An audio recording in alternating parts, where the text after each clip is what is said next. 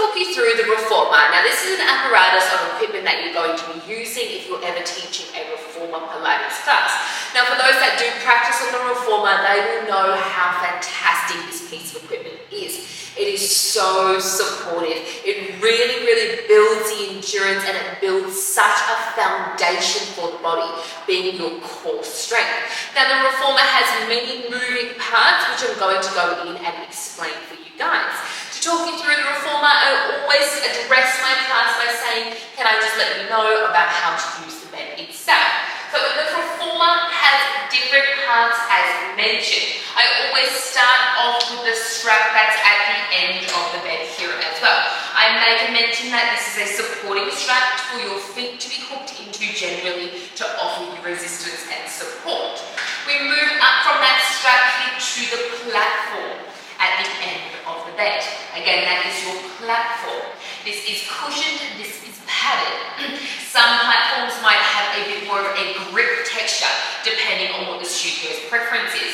We like the cushion, we like the padding in case of hand placement, knee placement, or anything goes on like that.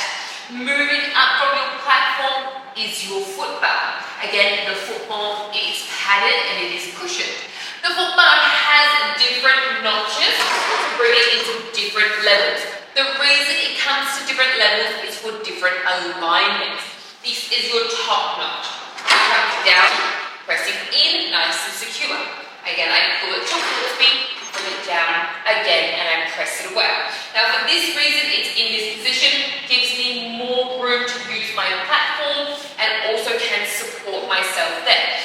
If I'm ever doing anything where I'm up on the carriage facing towards, or I'm on the floor facing towards, I want it a little bit higher for my hands to grip. I'm going to have it about this height here. That is the foot bar. Coming through, down and around, we now have our carriage. We have quite a wide carriage here. Again, it's cushioned and it's padded to offer some support. Kneeling, lying, many different options as you're using this carriage here. The carriage is what goes back and forth as the workout goes along. So, the carriage is for you to lie down. Shoulders will come here against those shoulder blocks so they're nice and aligned. Shoulder blocks should generally be directly in line with the shoulders and then nice and snug, just supporting that shoulder positioning just there. In the middle of the shoulder blocks, there is a headrest. The headrest is where you're going to find that support, that foundation for the head. Under the headrest is a wooden block on this reformer in particular, and you bring the wooden block up to bring your head in line with the natural curve of the spine. Otherwise, we'll just back down, laying flat through the back of the head on that headrest. Behind we go again, coming back, so it's nice to talk your way through the reformer as it flows, as all should things in Pilates. You have your loops. Now we have the longer loop here, and we have the shorter loop as well. So bigger and smaller loops, depending on whether you call them a loop or a strap, depending on the studio you're in. The smaller one is going to offer more resistance. The longer loop comes into play when you want less resistance. We also make a mention, short loop for the hands, 4 fingers on the inside, thumbs on the outside for this case, and the longer loop is for the feet. Now that goes nice and secure over the arch of the foot there, nice and secure. It also has a home base here.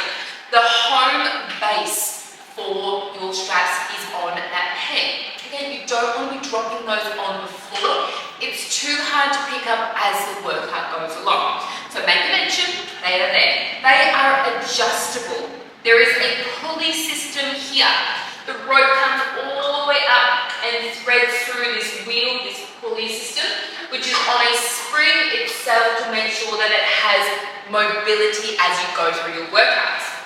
Now to adjust these straps here, we use one shoulder block. The carriage is close, the springs are firm. We use one shoulder block, measure, it comes around there. We then bring both straps directly over the center of the headrest. I'm gazing down over, holding one finger in each strap. I can see that they're nice and level. For example, if they were not level, the rope comes out, always does. Comes out and you've got this misalignment here. You will notice one leg, one arm is going to be in a very awkward position. Don't play it cool, don't let your customers be in that position. Come over, make the adjustments. Just explain to them, careful next time, try not to pull it out of the strap, or just say, let me help you with that and make the adjustment for them. You are bringing it back into the pulley system, clamming it shut, if that's the way that your system operates, and you're adjusting directly over the center of that headrest. One is firm over the shoulder block, not too firm, not too loose. And then they have their home base there, directly back down on the pegs. As we come around, so I've talked you through the majority of the reformer itself, you have a box. A box is going to be used and it's a great accessory for the reformer also. Two options, two ways. You've got your short box running horizontal across the carriage. You have got your long box. This one here is running vertically down the carriage as well. Different heights, different boxes, different widths, different heights for the beds also. Lots of different reformers out there. All you need to play around with and get familiar with. None are of the same. Very rarely they are, so it's definitely your obligation to make sure you are familiar with the reformer you're working with. It's such an exercise, such an excellent piece of equipment. It offers so much support, especially to customers that are potentially of a bigger build or of needing more strength or more resistance. Some that are struggling and need rehabilitation purposes. Also, really fun way to flow, to find yourself, to be in tune with yourself as you need to really concentrate when you're using this piece of equipment. So again, guys, that is an introduction there to